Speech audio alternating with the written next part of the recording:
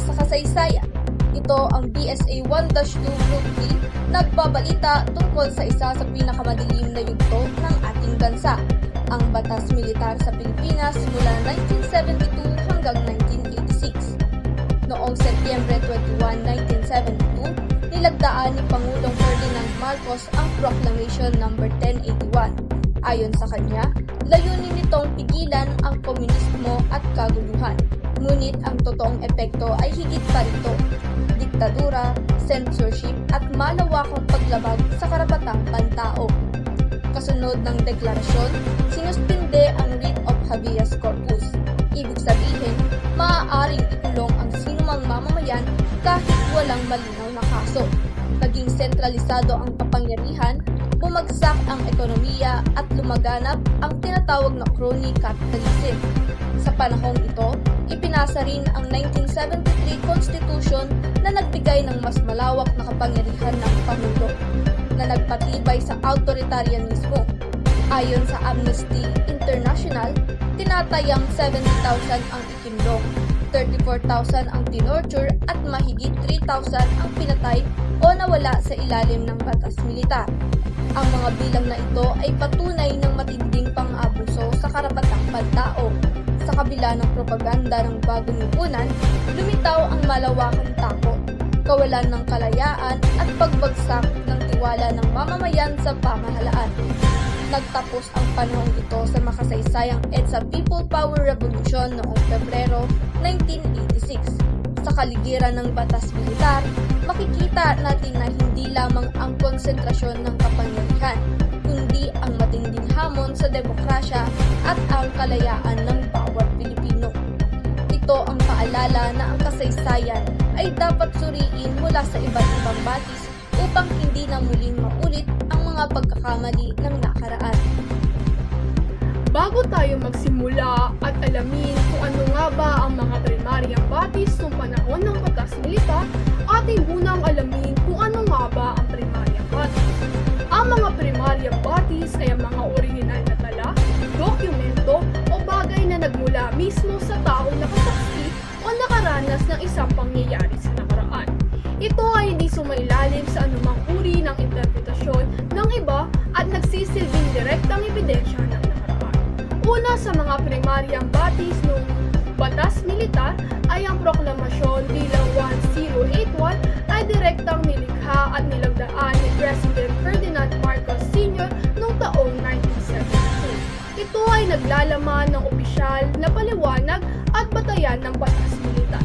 Ito ay nagpapakita ng pananaw ng pamahalaan sa mismong oras ng deklarasyon ng batas militar.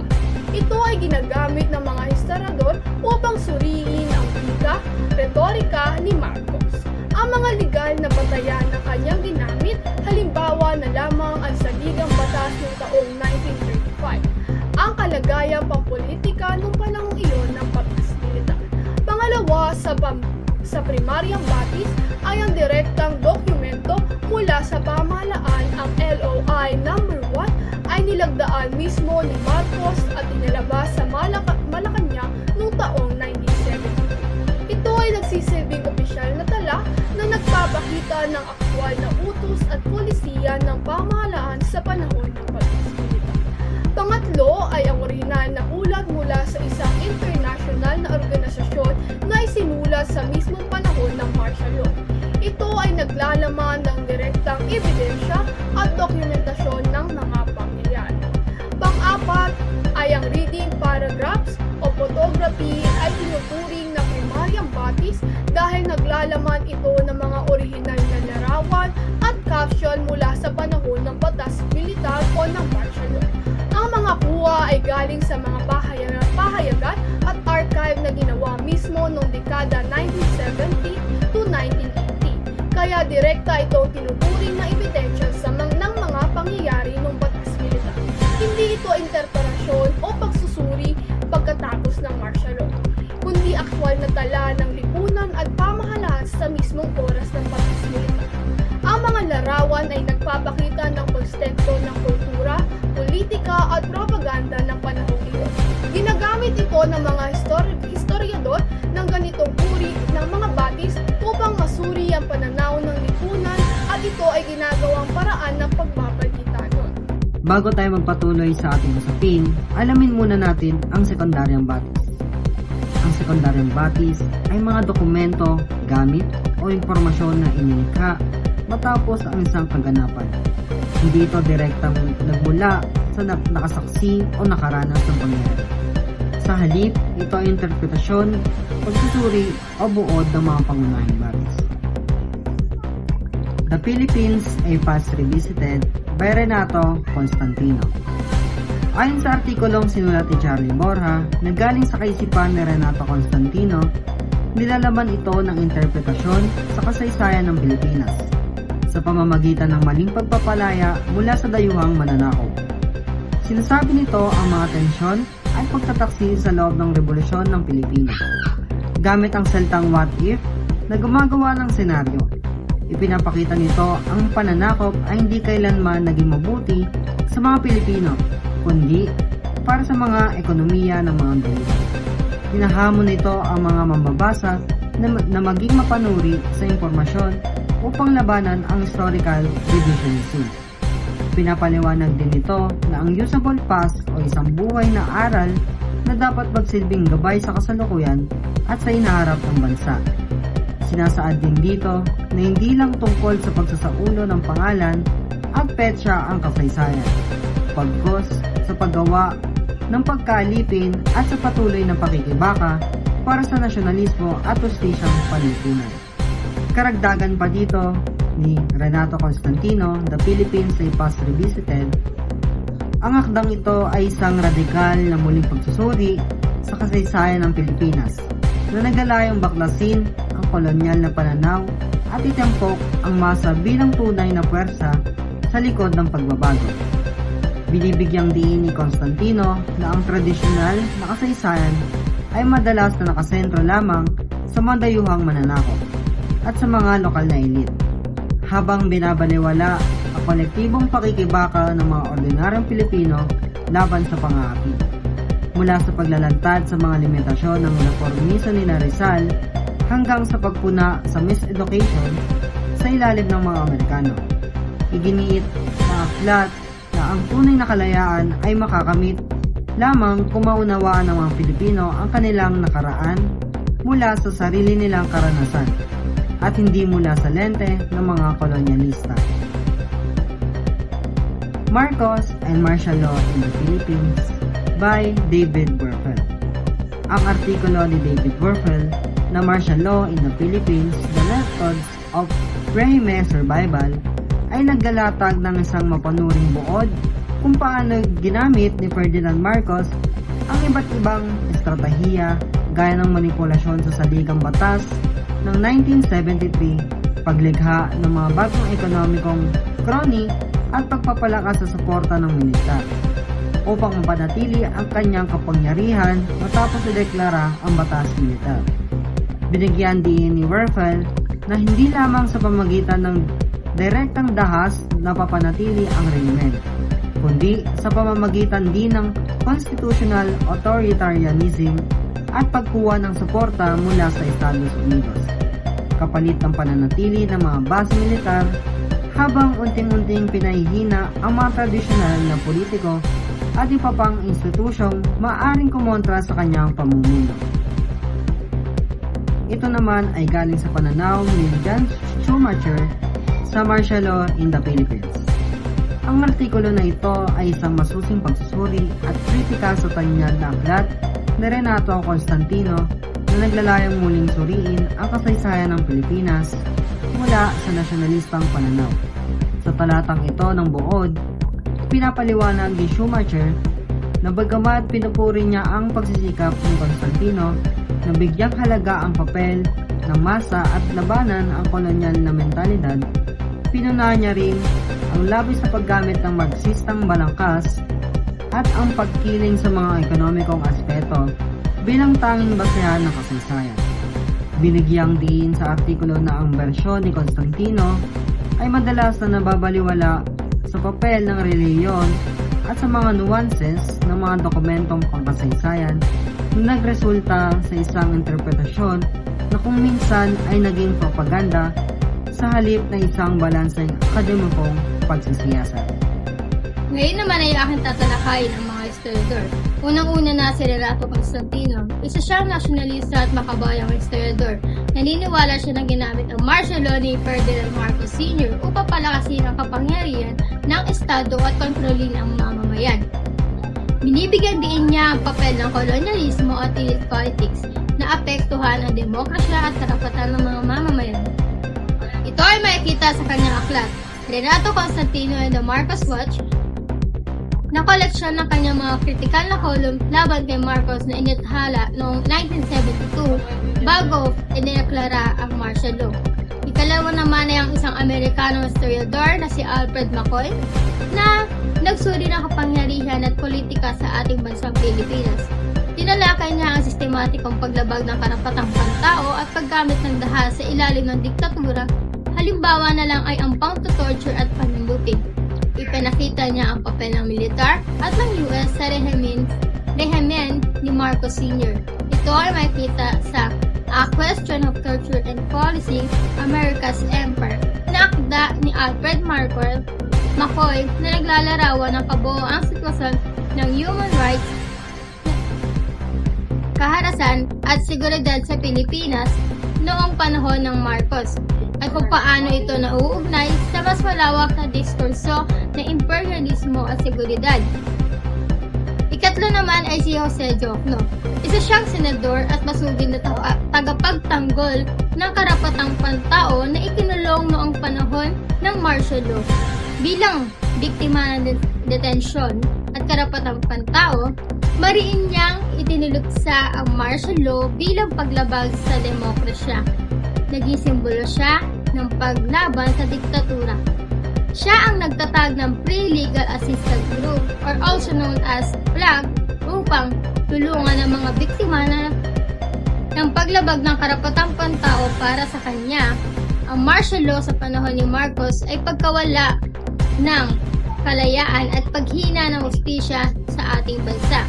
Ito ay makikita sa Movement of Concerned Citizens for Civil Liberties or MCCL history. Nagpapakita na si Senator Jose Diokno ang nagtadag ng MCCL ay isa sa mga pinuno ng rally laban sa pag-alis ng writ of habeas corpus bago ineklara ang martial law. Ang panghuling historiador na aking tatalakayin ay si Ricardo Trotauset. Mas nagkaroon siya sa aspeto ng kultura at simbahan ng panahon ng martial law, kabilang ang papel ng simbahang Katolika sa pagtutol ng rehimen.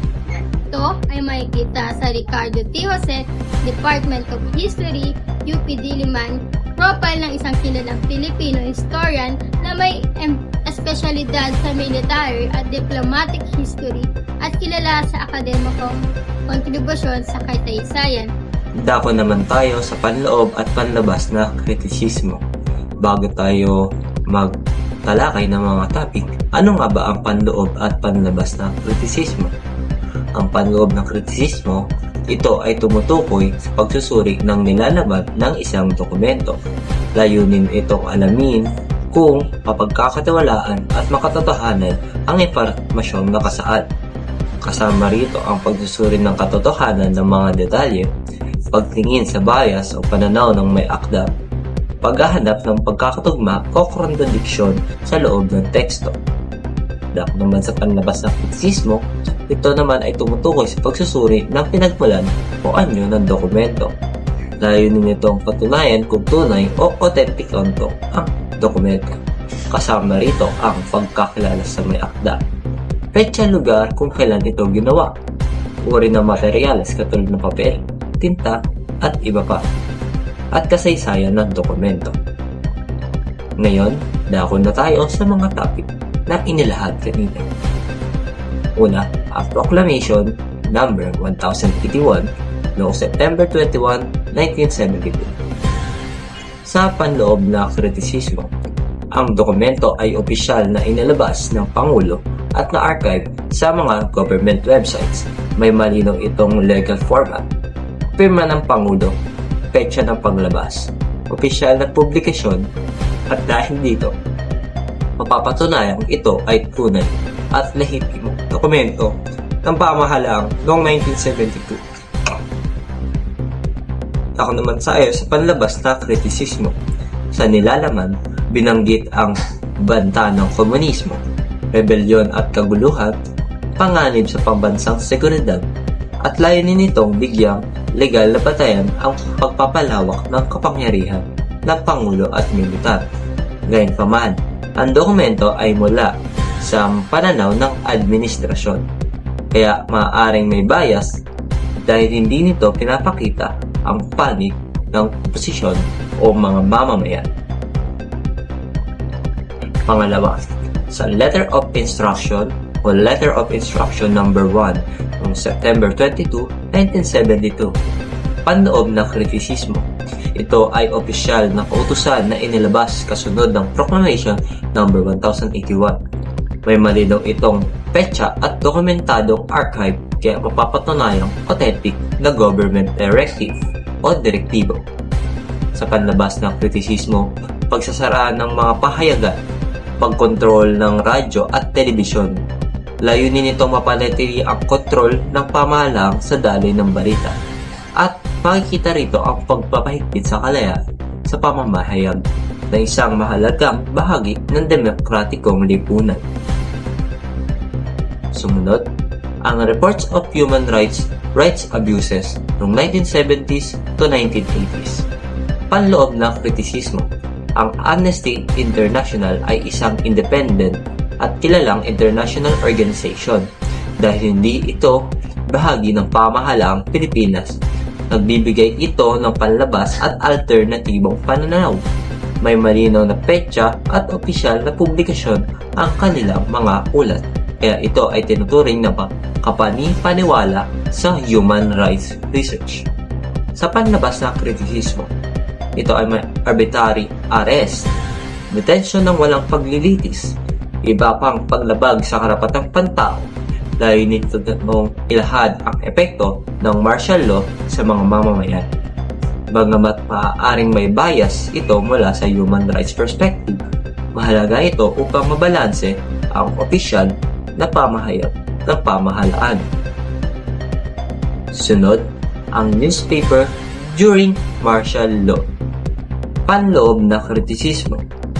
Ang mga pahayagan noong martial law ay sumailalim sa censorship at pagkontrol sa pamahalaan. Ang mga natirang publikasyon ay yaong pinahintulutan ng gobyerno. Ang mga impormasyon mula sa Wikipedia ay may references sa iba't ibang academic at historical resources. Kaya kailangan suriin ang original references para siguro tama ang impormasyon. Sa panlabas na kritisismo naman, layunin nitong kontrolin ang daloy ng impormasyon sa publiko. Ipinapakita nito na nais ng pamahalaan na maiwasan ang pagkalat ng balitang maaaring magdulot ng pagtutol o kaguluhan. Makikita rito ang mamalinaw na limitasyon sa kalayaan ng pamamayag. Sa panloob na pagsusuri, makikita na ang dokumento ay bahagi ng sistematikong pagkontrol sa kapangyarihan at impormasyon ng martial law. Sunod naman, The Philippines, a past revisited by Renato Constantino. Sa panloob ng kritisismo, si Renato Constantino ay isang kilalang historiador at intelektual sa Pilipinas. Ang kanyang aklat ay ginagamit sa maraming universidad at kinikilala sa larangan ng histografiya. May malinaw na taon ng publikasyon at kinikilalang akademikong akda. Dahil dito, ito ay may tuturing na lehitimo at mapagkakatiwala ang secondary sources. Gayunpaman, isinulat ito noong dekada 1970 sa panahong di umiiral ang batas militar, kaya mahalagang isaalang-ala ang konteksto ng panahong iyon. Sa panlabas na kritisismo naman, sa nilalaman ng aklat, makikita ang malinaw na makabayang pananaw ng may akda. May bias ba? Oo, may malinaw na bias. Anong uri ng bias ba? Makabayan at anti-kolonyal, kritikal sa inistitang pamumuno, Ang bias na ito ay hindi nangangahulugang mali ang aklat, kundi nagpapakita lamang ng tiyak na pananaw o lente sa pagsusuri ng kasaysayan. Ang interpretasyon ay nakaposisyon sa laban sa kolonyal at elitistang pananaw ng kasaysayan. Dako naman tayo sa huli, ang Marcos and Martial Law in the Philippines by David Warfel noong 1970s. Si panloob na kritisismo. Si David Warfel ay isang political scientist na nag-aaral ng politika sa Southeast Asia. Ang kanyang akda ay nilathala sa mga akademikong journal at makikita sa Ustor dahil ito ay dumadaan sa akademikong pagsusuri o peer review. Ito ay may tuturing na mataas ang kredibilidad bilang secondary sources. Sa panlabas na kritisismo naman, ang pagsusuri ni Warfel ay nakabatay sa teorya balangkas ng political science. May bias ba? Meron, ngunit ito ay akademikong bias o lente lamang. Anong ibig sabihin nito? Lahat ng akademikong pag-aaral ay may theoretical na balangkas. Hindi ito propaganda o emosyonal na pagsusuri. Ang kanyang pagsusuri ay sistematiko at nakabatay sa pag-aaral ng istruktura at kapangyarihan at survival na rehimen. At doon natatapos ang mga pagsusuri sa panloob at panlabas sa kritisismo sa bawat topic